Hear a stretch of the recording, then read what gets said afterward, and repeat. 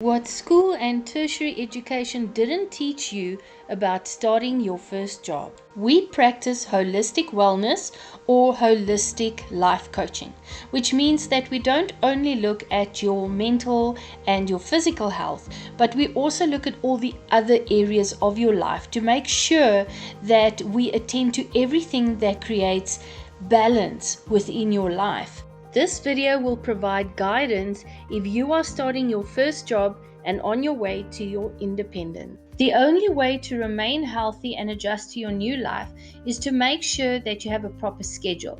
That means getting up at the same time every morning so that your body clock can adjust. Making sure that there's healthy food in the house and snacks to take to work, to have for breakfast, so that you don't end up binging on junk food because it's easy. Make sure you schedule exercise when it's convenient for you, and then also any studies or books that you want to read. But life isn't all about work and self-improvement. You also need unproductive time with friends and family, spiritual pursuits, and make sure that you don't overdo it on the weekend so that you are still fresh for work on Monday. When you first arrive at your new office, it is possible that you won't immediately have your own space. Don't worry too much about that. Pay attention to the people you are meeting, their names, and what they do.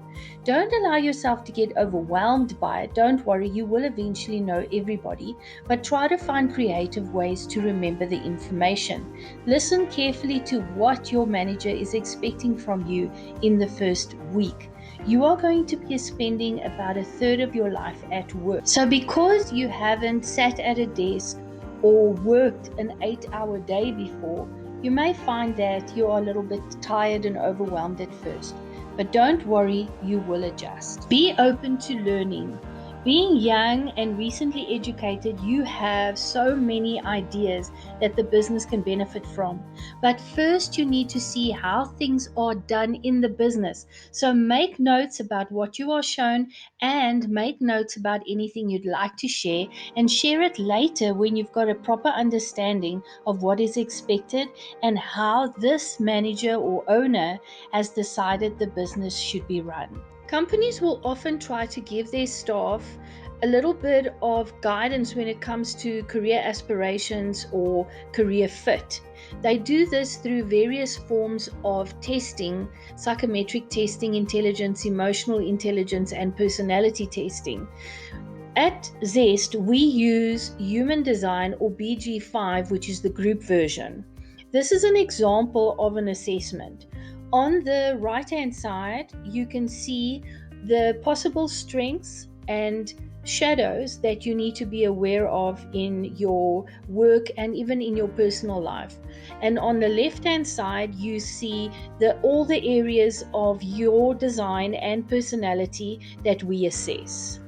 Now, if you've just started working, I wouldn't suggest you start asking for assessments or career advice or promotions until you've been working for at least 3 calendar months. In the meantime, if you've got a little bit of extra time, try and see what everybody else is doing. Try and help out somebody that looks like they're struggling, and you can learn a lot more about what everybody else does and what you might be interested in doing. Your routine will also ensure that you show up for work at your best every day.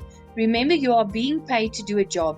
The person who employed you went through many CVs and many job interviews before they decided who to employ, and now it's your opportunity to show them that not only can you do the job, but you are just as serious about their business as they are. Business culture is like any culture, whether it's at home, at school, in church. It basically says what is acceptable and not acceptable in the place that you work. It's very important because it's usually tied to the top manager or owner of the business and what they are trying to accomplish with their business. What do they want to protect in terms of their reputation?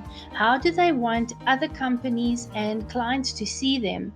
And therefore, how should you act so that you are in line with what they expect? When you start earning an income is also the time that you need to start speaking to a financial advisor so that you can start making your financial plans for your dreams for the future.